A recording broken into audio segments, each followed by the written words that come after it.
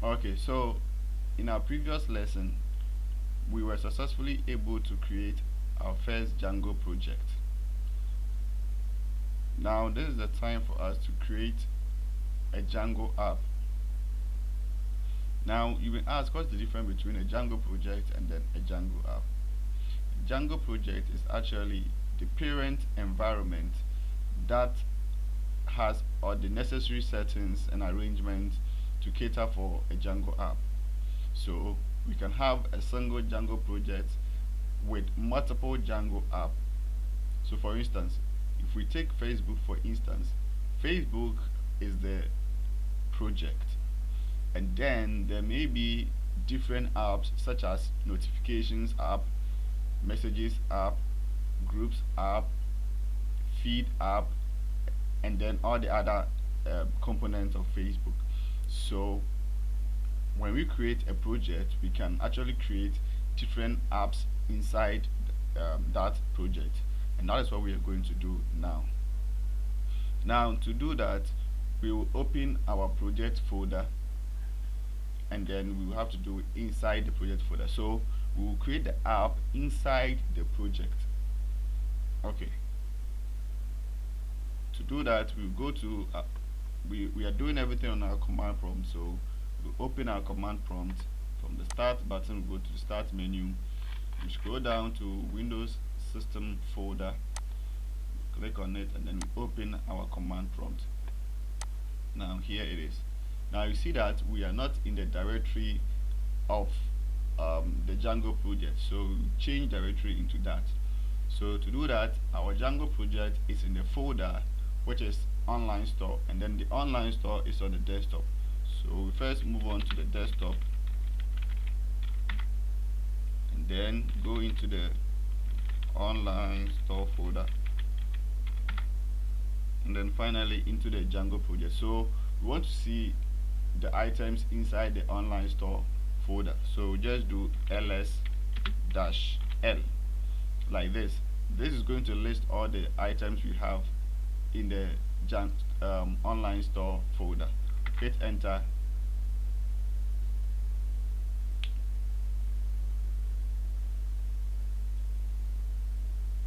Okay, so we'll move on to, we just need to change into that. I think the problem here is that it's not allowing us to list, so we'll just move on to the folder, the project. So we just do cd and then the name of our Django project, which was my store, cd my store.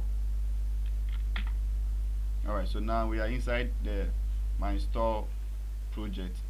Now we would like to open this inside our VS Code, because that is where we are going to edit all the necessary things, or that's where we're going to write our code. So just do code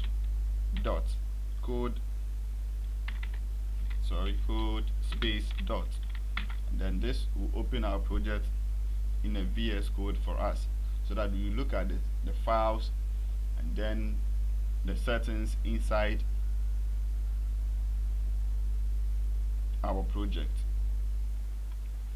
So as it opens, now you can see that we are still in the my store project. That is the project name we specified when we were creating the Django project. And my store project has other settings and environment that can keep different apps, and then we're going to explore those files, and then we'll move on to creating our Django app, because we need to know the settings we have in our project. Now our project is now open in VS Code, so we'll start from the top. So you can see that we have my store project here, which is inside another project folder with the same name. Okay, we don't need to change them. So this is the folder name, and then this is the project file, or the project folder. So to start with, we have the first file, which is init.py. This doesn't have any code in it, but it is required, so Django will add to it, so we don't need to delete them. And then we have the ASGI, and then the ASGI is similar to the WSGI. So you see, you have ASGI, then you have WSGI. they actually serve as the server for our application, which will allow it to run on our computer. So even if we don't deploy it online, our ASGI and the WSGI will ensure that our website or our project runs locally on our computer. We have the settings.file, which has the environment or the settings for our project. So for instance, we have the secret key, which is here. We have the debug, which is set to true, which allows us to see the errors and then warnings in our project.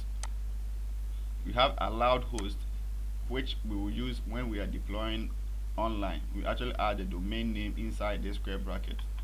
We have installed apps. So I told you that we have projects and then have apps, and then all the apps that already are created by the Django project is here. We have the admin. So Django has an integrated admin panel, which we will use later on.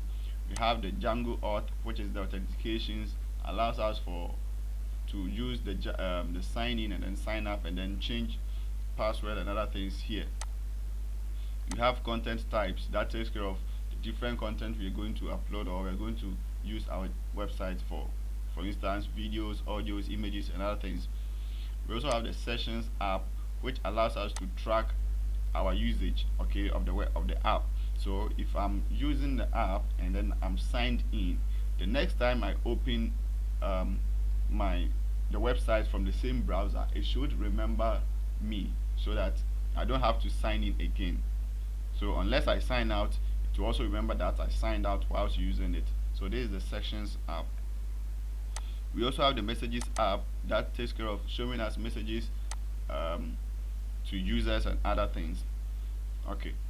We also have static files, and that takes care of the CSS and the JavaScript. The middleware, we will use the middleware as and when the need arises, but for now, let's leave it right here. So we have the root configurations, or that the URL configurations, which is using the my install URLs. So when we go to my install, which we are in right now, the project folder, there is a file called urls.py, and this is where it specifies our routing. So when we visit the admin, maybe our username or our project configurations, such as the domain name / certain file or certain routes, it should show us what is specified in there. So we have the template, and the template takes care of the HTML files we will write. Okay, and then see that our application is being served by the WSGI. So WSGI is getting the settings from my install.wsgi.application. So when we go to wsgi.py, we're going to look at the environment. So this is our server. So when we remove this one, it means that our project will no longer be able to be served on our local machine. Okay, so we go to the URLs, and then this is the URL. So we have, you can see the admin here. So we are importing the admin so that when we move on to a path which is admin / to be able to open the administrative panels for us.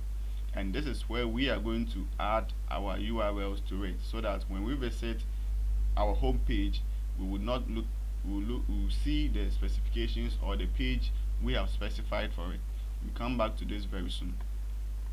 And then we also have the manage.py, and then you see that this manage.py is what is going to allow us to visit our settings. So if we want to run our server, we are going to use the manage.py to run our server. There's one more thing in the settings file, which is the database. Okay, database. Now Django already comes with an integrated database, which is SQLite 3. So we'll be able to store items in our database or in our website. Okay, so this is the structure of the project folder. Now we can now go ahead to create our app.